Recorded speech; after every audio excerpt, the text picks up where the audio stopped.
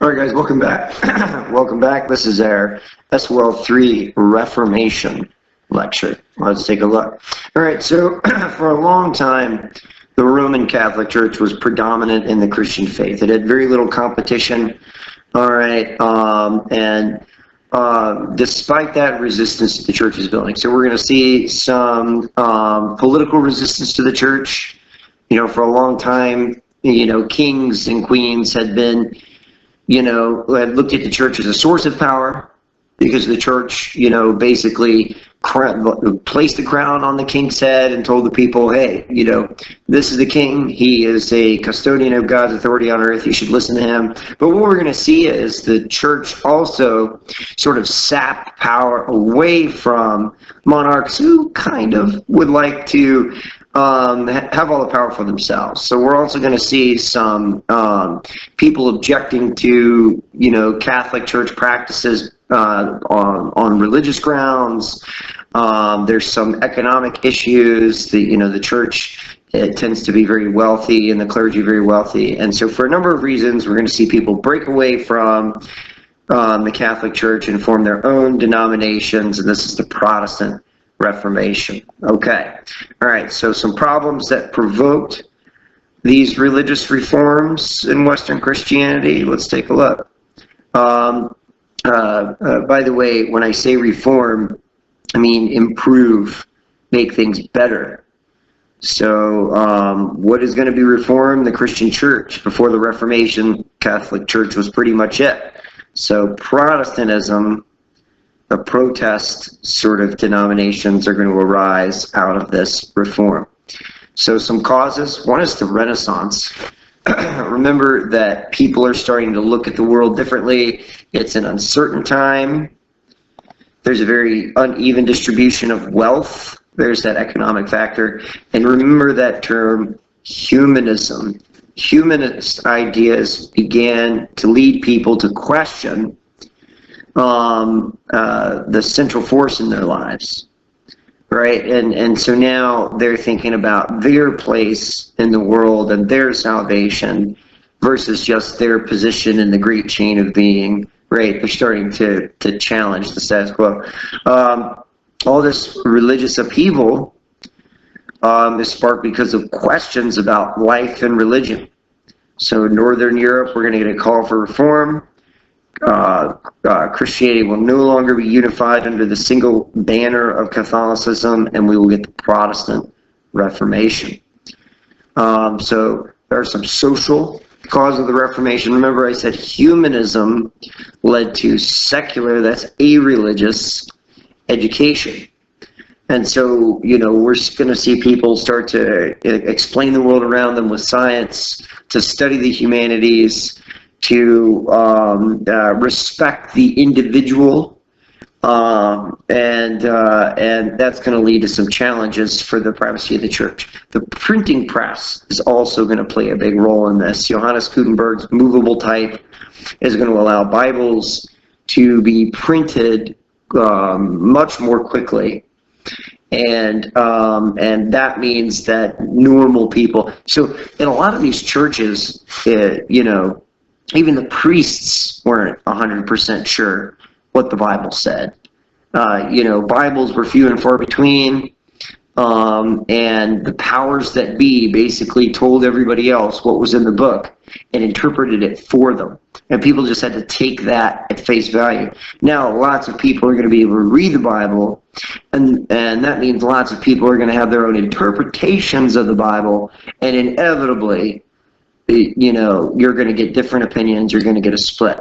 Monarchs are going to challenge the supreme power of the church, and we'll talk about this especially in the form of Henry VIII. But they don't like sharing power with the Catholic Church, which, by the way, is dominated by the Italians.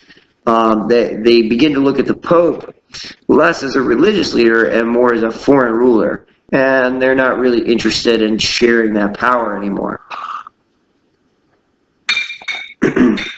All right, so economic causes. European princes and kings are jealous of the church's wealth. The church has tremendous amounts of land and lots of money. All right, then merchant wealth is starting to pile up. There's a burgeoning merchant class in Europe, and these merchants are becoming increasingly powerful and influential. They're going to go beyond just challenging the church. They're going to challenge the whole system. So merchants, people whose last name wasn't noble, who weren't born into nobility, are going to become powerful and elite nonetheless because of their wealth, and that's going to turn Europe upside down. But more on that later. Wealthy merchants resented paying the church taxes, so they're going to be a driver in this Protestant Reformation. And speaking of wealth, the sale of indulgences is going to become a huge issue for a lot of people.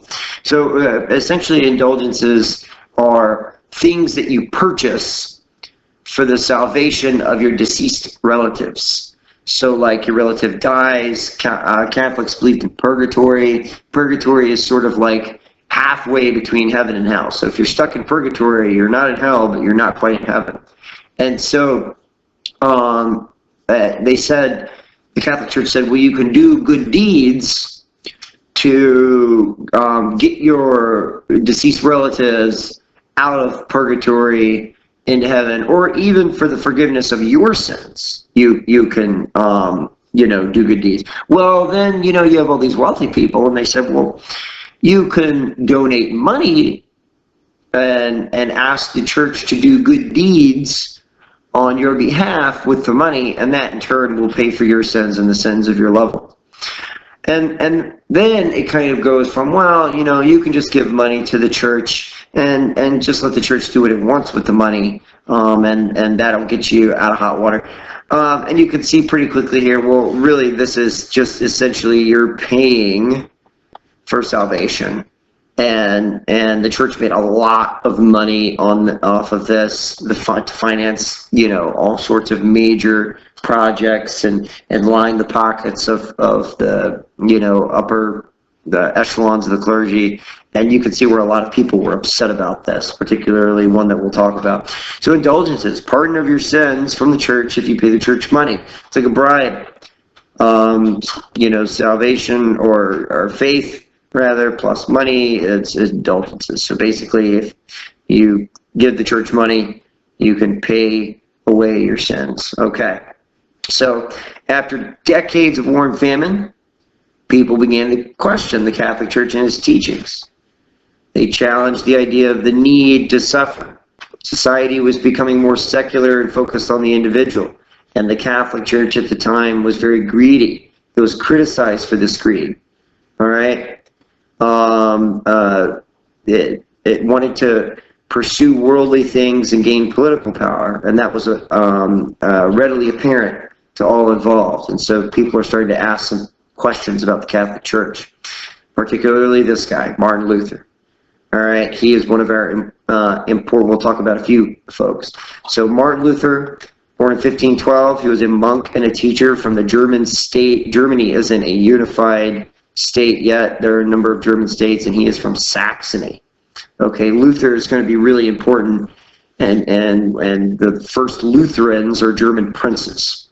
All right, are the first elite Lutherans. Okay, are German princes. So he took a stand against the Catholic Church. He was especially unhappy with this guy right here, Johann Tetzel. Johann Tetzel did a brisk business traveling around Europe selling indulgences. He was trying to help build a new cathedral.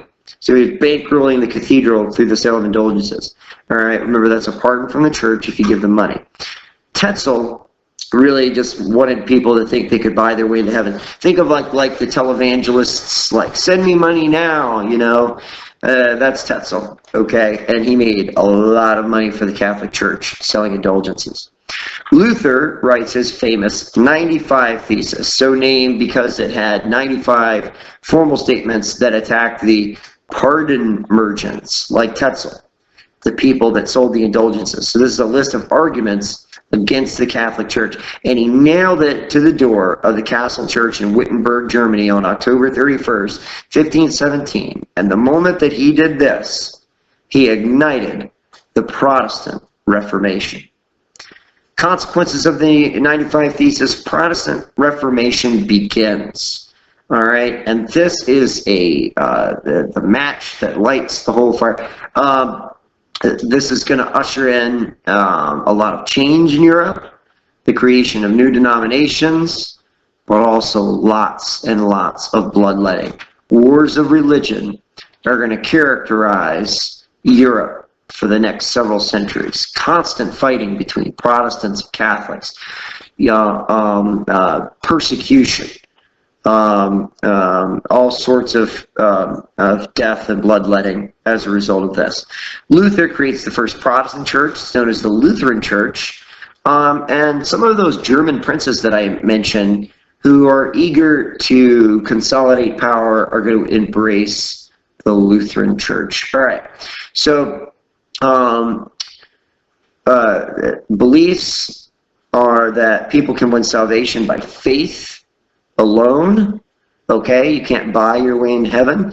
Church teaching should be clearly based on the Bible, and the Bible is the ultimate authority. Remember that printing press is allowing this book to fall into the hands of more people. All right, all people with faith are equal before God. This flies in the face of the great chain of being. Remember that for hundreds of years, everybody in Europe sort of believes that we're all part of this pecking order, and that commoners are at the bottom down in the dirt, and it's their natural station in life. People did not believe that all folks were equal before God. Now, the Protestants are saying all humans, from the king down, are equal before God. Do you see where this is a religious movement, but is also challenging some accepted social norms, and is really here the roots of sort of modern democracies and republics, and sort of our modern ideas about natural rights and things like that. It's a religious movement, but in some ways it's sowing the seeds for future beliefs in the relationship between people and their governments. All right. After the 95 Theses, Pope Leo X threatened Luther with excommunication unless he recanted. He said, take it all back. Luther burned the bowl of excommunication. He said, no, absolutely not. He and his students danced around a bonfire and threw the Pope's decree into the fire. So his answer was no, I'm not going to recant. And so he was excommunicated. Essentially, he became persona non grata with the Catholic Church, an enemy of the Catholic Church. The Holy Roman Emperor of Germany, Charles V, was Catholic. He was not happy with Luther. Luther, though, refused to stand trial, and there's German princes that are going to side with him. He is labeled an outlaw and a heretic. A heretic is basically somebody who is declared an enemy of the church. Okay. Another important leader we're going to look at is John Calvin. John Calvin was a child when the 95 Theses was posted on that door in Wittenberg. He later becomes an influential Protestant leader. He's going to bring order to the Protestant faith. Let's take a look. John Calvin's beliefs.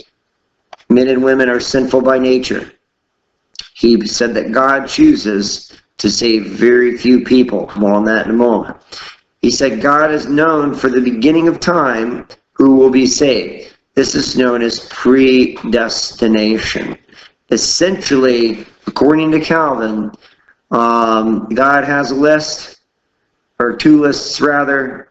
One is a heaven list, and it's a much smaller list. The heaven list is a smaller list, and then a hell list. And so from the time you're born, you're either destined to go to heaven or hell. Here's the kicker. You don't get to know what list you're on. So you just have to live a righteous life and work really hard and hope that success in life, that good things happening will in some way be an indicator that you're on the heaven list and not on the hell list. Sounds like a bleak existence, that's because it is. And you'll learn about later in this course and in U.S. history, the Puritans were big believers in predestination. Okay, so John Calvin, predestination, faith revealed by living a righteous life. Hey, I'm going to work really hard and be really righteous, and maybe that will be some indicator that I'm predestined to go to heaven. Think about that, though. Like, you work really, really hard, you get up early in the morning, you till the soil, you grow your crops, you harvest them, then you're on your way to market, your wagon hits a rock in the road, and you bust an axle on your wagon, and you're like, oh, I'm on the hell list, So, I mean, it's arguably a difficult existence. As a result of John Calvin, we see the expansion of the Protestant movement. Significant. Okay. Calvinism, the spread of Calvinism throughout Switzerland. John Knox is another key player. He's a Scottish preacher who exports Calvinism to Scotland in 1559, and this is going to lay the groundwork for Presbyterian Church. Presbyterianism is going to be the official religion, and they're going to get rid of Mary, Queen of Scots. Calvinism is also going to be adopted by the Swiss, Dutch, and French. And French Calvinists will be known as Huguenots. You're going to find a lot of French Huguenots in the middle colonies of British North America later on. Okay, lots of them are going to come here because they're going to be expelled from France. They're going to be persecuted in France later on when there's a Catholic resurgence in France. Okay. And so England is also going to get on board with this, and you guys may have heard of the story of Henry VIII. So it was pretty normal, even though, people will say, all right, well, the Catholic Church did not believe in divorce. It was pretty normal for the Catholic Church to grant annulments to monarchs. So even though they didn't believe in divorce, they would ask for annulments and get the annulments pretty routinely. And so in theory, Henry VIII should not have any trouble. So Henry VIII wanted a son. He wanted a male heir to shore up his line of succession. He needed a son. He was married to Catherine of Aragon. She gave him a daughter, that's Mary. He was convinced that Catherine could not give him any more children. So he wanted to set aside the marriage. How is that different from divorce? Don't ask me. But he wanted to marry somebody younger in the hopes of having a male heir. Catherine has some family in Spain who are closer with the Pope than Henry VIII. So it's not the idea of divorce itself, it's that Catherine has higher standing with the Pope than Henry does via her family, and therefore the Pope says no. So it wasn't anything about beliefs, it was politics that led the Pope to deny Henry VIII his annulment. All right, so Henry is going to solve his marriage problem himself. He had the English Parliament pass laws that said the Pope no longer holds any power in England. This is known as the Reformation Parliament. So who is in control of the church in England now? All right, the king. 1553, Henry VIII secretly marries Anne Boleyn. And Parliament will legalize Henry's divorce from Catherine. So he basically just cut ties with the Catholic Church and made it happen on his own. All right, here we go. Henry VIII. All right, and Anne Boleyn. All right, so he finalized, in the act of supremacy, he finalized his break with the Pope in England.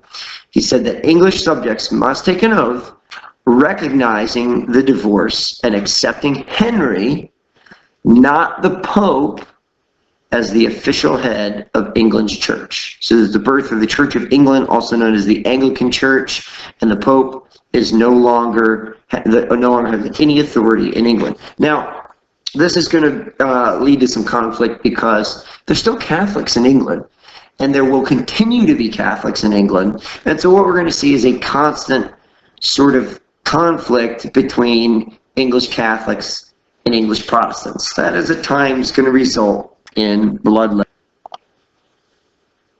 All right. So the Church of England is Protestant. Henry VIII is the head of the Anglican Church, or the Church of England.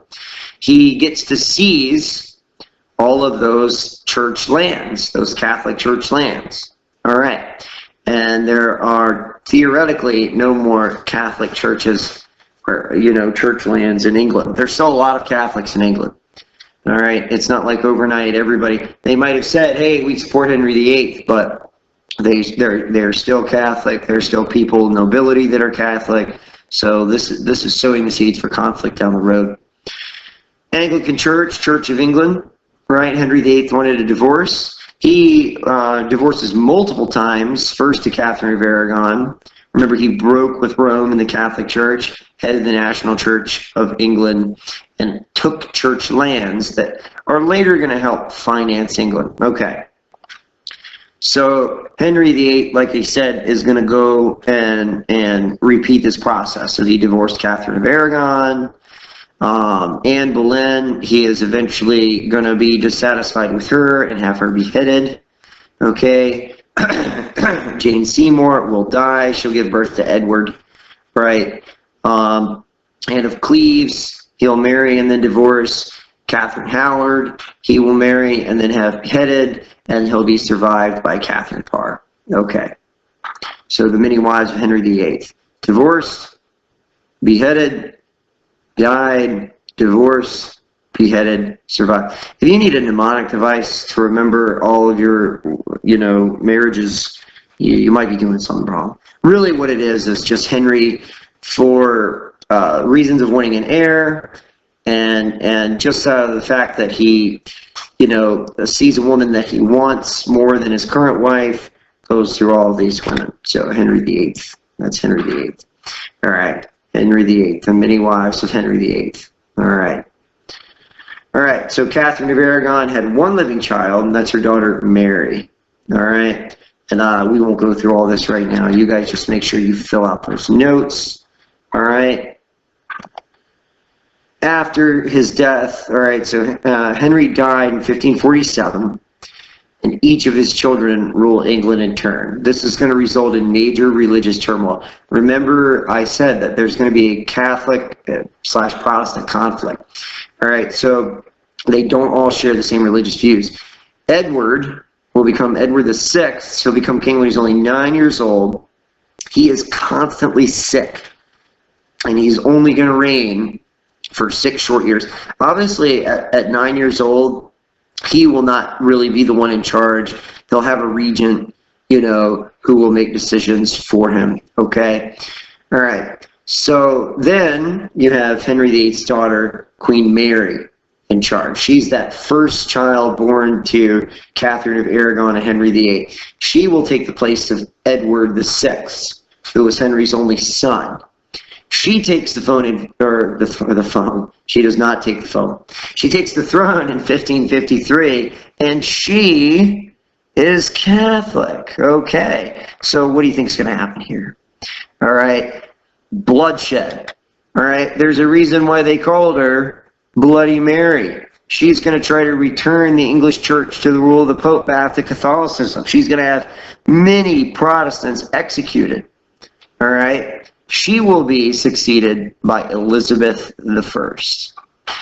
Elizabeth I is the daughter of Henry VIII and Anne Boleyn.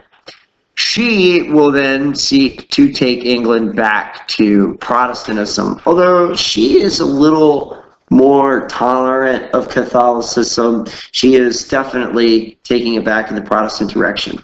She establishes the Church of England, the official Church of England, also known as the Anglican Church. So that church that originates with Henry VIII is now officially the Church of England, the Anglican Church under Elizabeth I. All right. Elizabeth created a state church that moderate Protestants and Catholics, moderate, so not extremists, could accept. It's tolerant to both. Okay, so she's trying to create some middle ground here. She said priests could marry, which is a Protestant belief. The service was given in English, also an aspect of Protestantism. There were rich robes for the priests. All right, that's something that you'll see in a Catholic church. And the services had many Catholic aspects. All right, so this doesn't satisfy everybody. So you're going to get like Puritans in England who wanted to purify the Anglican Church of Catholic practices and ritual, and they weren't terribly popular. So they're going to end up leaving England and going to the New World and founding the New England colonies in Massachusetts Bay, the Puritans. Okay, so accomplishments under Elizabeth I, you get the Anglican Church.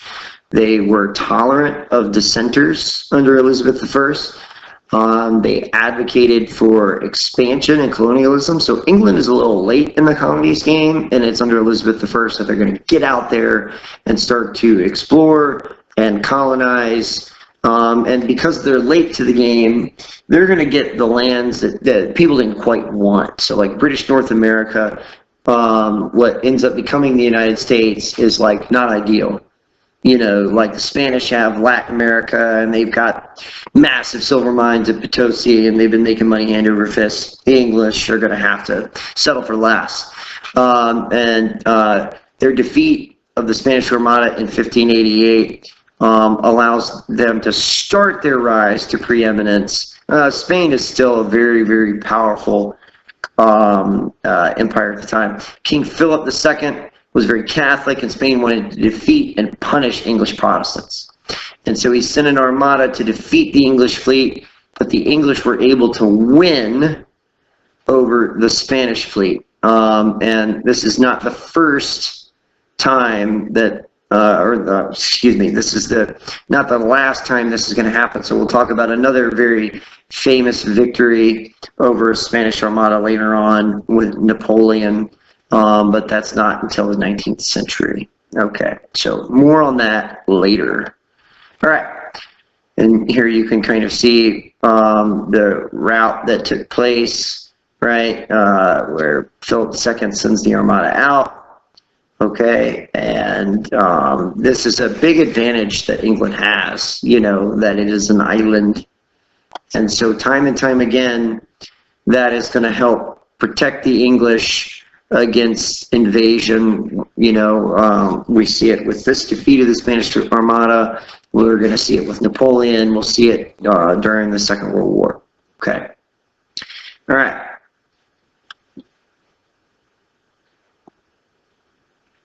And you can kind of see Roman Catholic. All right.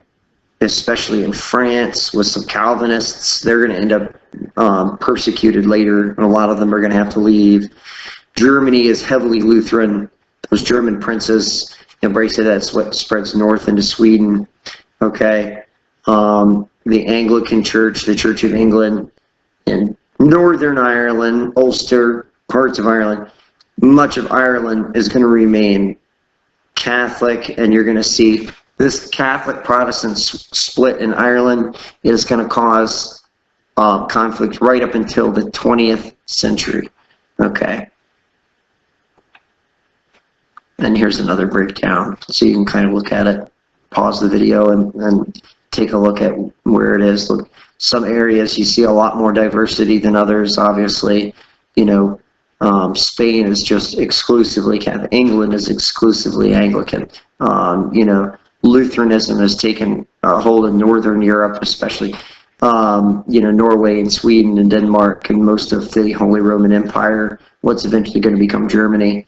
But as you go into Eastern Europe, it's more of a mix, and you can see that there are places where the Calvinists, where various confessionals, Anabaptists, Calvinists are thriving. Okay, all right. So we'll skip over this. Let's look at the Reformation in Europe. Okay, so the Reformation had its roots in disagreements about theology, but it led to important economic and political changes. Religious differences and hatred, like I said, are going to cause war and destruction across Europe. All right, so the Reformation in Germany, you had Luther versus the rulers. Luther began Protestantism in Germany, however, he did not have support of, remember, Charles V, the Habsburgs, and the Holy Roman Empire are Catholic. and they're aligned with the Pope. So the Habsburg family controls the Holy Roman Empire, which really makes up of a lot of, modern day Germany, as well as the Habsburgs are in Spain and the Netherlands, and they're really going to push back in the name of Catholicism. All right, so Holy Roman Empire, you can see that's a lot of what we would call Germany today, Northern Europe, okay, and so they're going to push back in the name of Catholicism. The princes of northern Germany, though, do not accept the Pope any longer. They would like some more power for themselves, so they're going to convert to Protestantism, which ends the authority of the Pope in many German provinces. So these German princes are going to end up becoming Lutherans, many of them. And this is all going to lead to war. Conflict between Protestants and Catholics is going to devastate Europe for centuries to come. So there's the 30 Years' War. You have Lutherans who joined together in the Protestant Union in 1608. Catholic princes form the Catholic League. So now we have Catholic and Protestant forces aligning against each other, armies on the march. What started the 30 Years' War? It's 1618, Ferdinand II, who was at this time the head of the Habsburg family. He ruled the Czech Republic, Bohemia, and is the future Holy Roman Empire. He was not trusted or liked by Protestants, and they revolted when he closed the Protestant church. So he sent troops to crush the rebellion. And then German princes, remember those German princes, many of them have become Protestant. They take this as an opportunity to challenge his authority. All right? So we're going to get some conflict. 30 Years' Wars from 1618 to 1648, hence the name. Conflict over religion, but also who's going to control what territory. All right? And you have various European, namely the Habsburgs, European ruling families vying for power. So in phase one of the 30 Years' War, the Habsburgs won. Habsburg armies from Austria and Spain crushed troops, mercenaries hired by the Protestant princes. They put down the Czech uprising and stopped some of those German Protestants who supported the revolt. Now Ferdinand II will be able to plunder and destroy. Okay.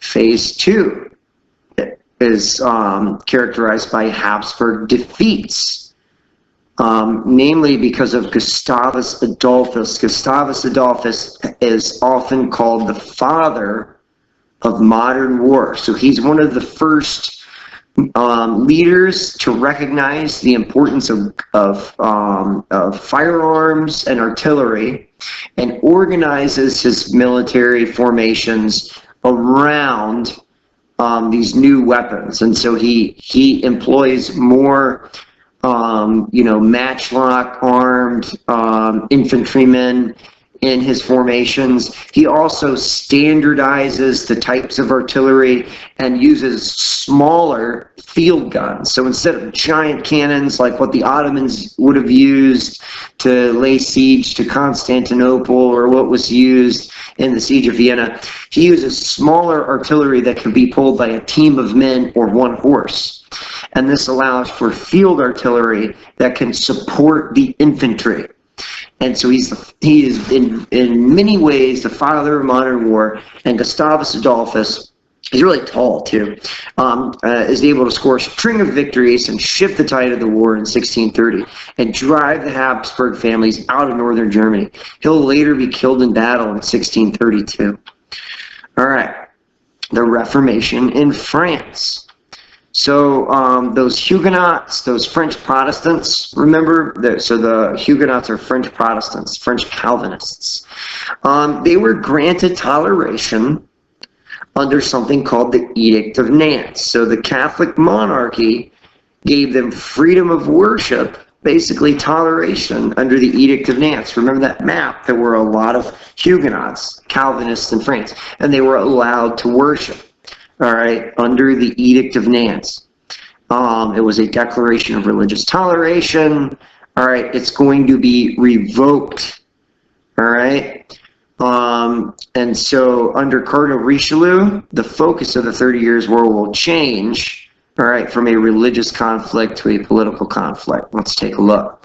All right, so Cardinal Richelieu feared the Habsburg family more than the Protestants, even though he was Catholic. He didn't want other rulers to have more power than the French king. This should sound familiar. Like I said, that there is a concern that the Holy Roman Emperor and that the Pope are going to usurp power from, in this case, French rulers. He wanted France to be powerful, and he didn't want other rulers to have more power than the French king. So Richelieu sends troops to join the German and Swedish Protestants. And that turns this from a religious conflict into a political one. All right, it was always a political conflict. The Habsburgs are incredibly powerful. All right, they dominate much of Northern Europe, Holy Roman Empire, Italy, Spain, right? And so Richelieu wanted to challenge their hegemony. And he wanted France to be the most powerful. All right. Habsburg territories, you can see, are widespread, okay, encroaching on French territory. All right. So the 30 Years' War ends with the Peace of Westphalia. And the Peace of Westphalia sort of becomes the foundation for the idea of the modern state. That is, that a state has defined borders, government, population, and it's sort of what we recognize today, right? So it weakens the Habsburg states of Spain and Austria, strengthens France by giving it German territory, and makes the German princes independent of the Holy Roman Empire. And it ends religious wars in Europe and becomes a new way to meet and determine peace, mainly by defining borders, and helps create this modern idea of statehood. All right. So, effects of the war: Germany was destroyed, 4 million people were killed, agriculture and trade were disrupted, and it's going to take a long time for them to recover. They won't be able to recover, Germany won't recover until the 1800s, the 19th century. It abandoned the idea of a Catholic empire in Europe. No longer will there be this Holy Roman Empire that that transcended political borders. Now political borders are going to become more important. France, Spain, England are going to define their territory and deny Catholic influence and power. Europe will become a group of equal independent states instead of empires. Like I said, the Peace of Westphalia establishes the idea of the modern state. It begins the modern state and government system. It also is going to result in a surge of colonialism. Since the territories are defined in Europe, everything that's up for grabs for the most part is going to be outside of Europe, in the New World, in Africa, in Asia. And so these European powers are going to seek to spread their influence through colonialism across the globe. Let's look at the Catholic Reformation, all right, the Catholic response to the Reformation. So Catholics are sort of slow to respond to the Reformation, but they do respond, all right? They want Catholics to remain loyal, so the Catholic Church decides, hey, let's fix some of the things that are causing people to leave Catholicism, all right? The Catholic Reformation is also called the Counter-Reformation. Basically, the idea is reinvent the Catholic Church and restore the Catholic Church to preeminence. Major reformers that we'll talk about are Ignatius of Loyola, Pope Paul III, and Pope Paul IV. All right, so prior to Martin Luther, you had some dissent within the Catholic Church, all right? One of them is Jan Hus, who was killed because he preached against the doctrines of the Catholic Church. You also have John Wycliffe. Wycliffe, the morning star of Reformation, became an advocate for the translation of the Bible from Latin so that more people could have access to the Bible. Okay? All right. Ignatius of Loyola is going to form the Jesuits, so he wrote daily devotions about Jesus that he believed would cleanse the soul, laid out plans for meditation, prayer, and study, and forms an order called the Jesuits, the followers of the Society of Jesus. All right, and this is going to be a very important order for the spread of Catholicism. They're going to send missionaries all over the world to stem the flow of Protestantism. Okay, all right. So at the Council of Trent, which was 1545 to 1563, Catholic bishops and priests compiled different doctrines. Doctrines are ideas, ways of doing things, set ways of doing things. This was called the Council of Trent, right? And so some things that came out of the Council of Trent. The church's interpretation of the Bible, they said, is final. They said Christians need faith and good works for salvation. So there you go. You can see that they're addressing that indulgence problem from within.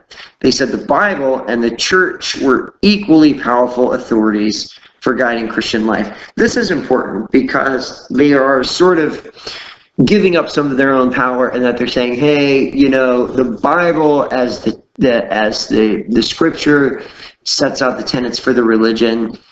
And so it's not just the church that has ultimate authority. The Bible has authority in guiding Christian life. Indulgences were valid expression of faith, and the false selling of indulgences was banned. So they're still going to sell indulgences. They're just going to ban the sale of certain indulgences or unauthorized sale of indulgences, and basically it's going to be up to church leaders to decide whose indulgences are valid and whose aren't. All right, so to enforce the Council of Trent, they're going to put out a list of forbidden books, okay, and they're going to burn thousands of offensive books, and this is part of something called the Inquisition, which becomes a major push against not just Protestantism, but really anything that is seen to challenge the church. And so science, remember I talked about the rise of humanism, so humanist art, scholarly works, the idea that the sun is the center of our solar system, and so, you know, science is going to be challenged. So the Inquisition is going to become kind of an ugly thing. People were questioned and accused of being heretics. If you're found guilty, you could be excommunicated or even put to death for your beliefs. And the Inquisition was just this horrific time where really you could be executed. You could be executed for reading banned books. You could be executed for espousing science, you know, for saying that, the sun was the center of the solar system, or that floods occurred because of seasonal melting of snow in mountains that overflowed riverbanks. Basically, if you tried to explain the world outside of biblical terms, you could be declared a heretic, and you could be tortured until you repented, or you could just be executed. All right. So the impact of the Reformation on Western civilization. At first, the Reformation divided Europe, leading to religious intolerance. In most European states, power was concentrated in the monarch, and gradually religious toleration emerged. So what happened? Let's take a look.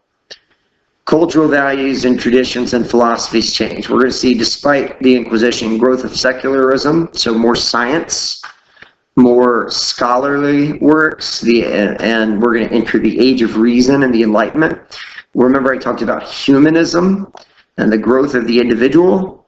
We're getting away from the great chain of being and the ancien regime and a belief in individualism and secularism, and the growth of religious tolerance. Okay, all right. The printing press plays a big role in this. So literacy is going to spread thanks to Johannes Gutenberg's movable type, his printing press. All right, the Bible is going to be printed in English, French, and German, but other books will be printed as well. And that's going to have a major impact. So the ideas can be transported across space and time, and that is going to have the effect of helping spread the Reformation, helping spread Renaissance humanism, helping spread secularism and individualism in science. All right. Reformation map, you can see Lutheranism, Roman Catholicism in Spain, France, and the Holy Roman Empire, Anglican Church of England, Calvinists in France, and northern parts of England. Okay, remember I told you that there were Puritans in England, and a lot of those guys believe in predestination and will eventually have to flee England for fear of persecution. All right, and you guys, so don't worry about the exit card. This concludes our Reformation lecture. Make sure that you guys answer the chapter questions, make sure you fill out the guided notes, and make sure you do the discussion board. And I will see you next time.